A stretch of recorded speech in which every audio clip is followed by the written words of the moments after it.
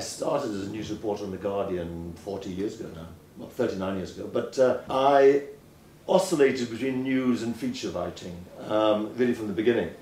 And so from a very early stage, I was writing 1,000 words on business, company profiles and things. So I always got used to writing more than just the news, than the who, what, when, why, where. 39 years ago, was comment as powerful and as pervasive as it is today? I think it was probably powerful, but there were much fewer people.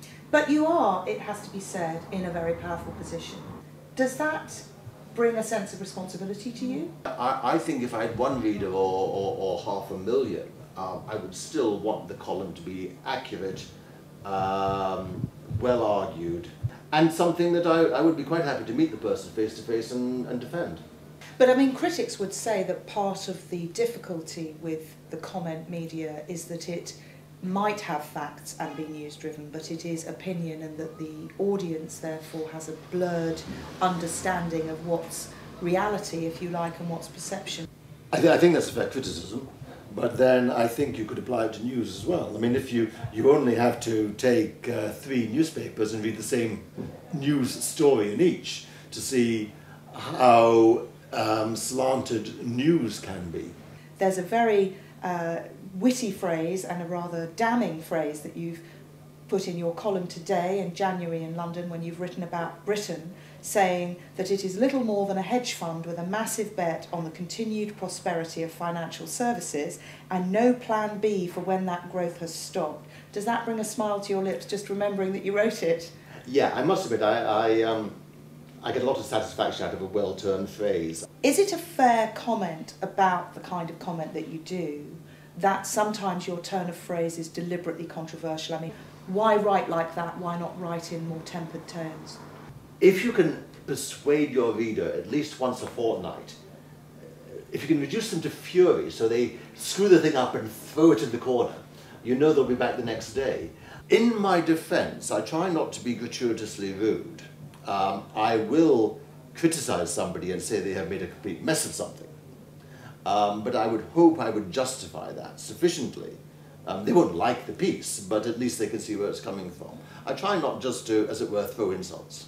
It's interesting that you also write a column for PR Week, and of course traditionally journalists have a history of resenting PRs and denying that they are dependent on them in any way. I don't have a problem with PR. I see PRs basically as barristers, as advocates for their client. I expect PRs to tell me the truth. I don't expect PRs to tell me the whole truth. If you were to name the top 2 or 3 issues that right now interest you, what are they? Well, I'm a bit like all journalists, you know. I've got an attention span of a 2-year-old, so it changes almost every time you ask me. But I think the really big issue is globalisation and the inequality that is flowing from globalisation. I think we'll look back on, in 20 years' time, at the rewards going to the financial sector now and just not believe that it was allowed. Is there going to be a recession? There is certainly going to be a severe economic slowdown. And, you know, we may stay above 0 growth, but that's still not enough to stop rising unemployment, a lot of insolvencies, probably a lot of personal bankruptcies, a lot of distress. What's going to be different about this recession is that when companies go bust, it's going to be much messier sorting them out, because you won't have a few bankers around the table. You'll have all these hedge funds, distressed debt people, bonds, and nobody will know who's in charge. And a lot of them will not be interested in rescuing the company. They'll just be interested in making a quick turn. And so the whole dynamic of corporate rescue is going to be different this time. And that, when the public wakes up to that, there'll be a bit of blood in the balls. If you had to name any one of your peers that you really admire, that you think consistently brings incisive comment and wit that you embody in your writing, name names.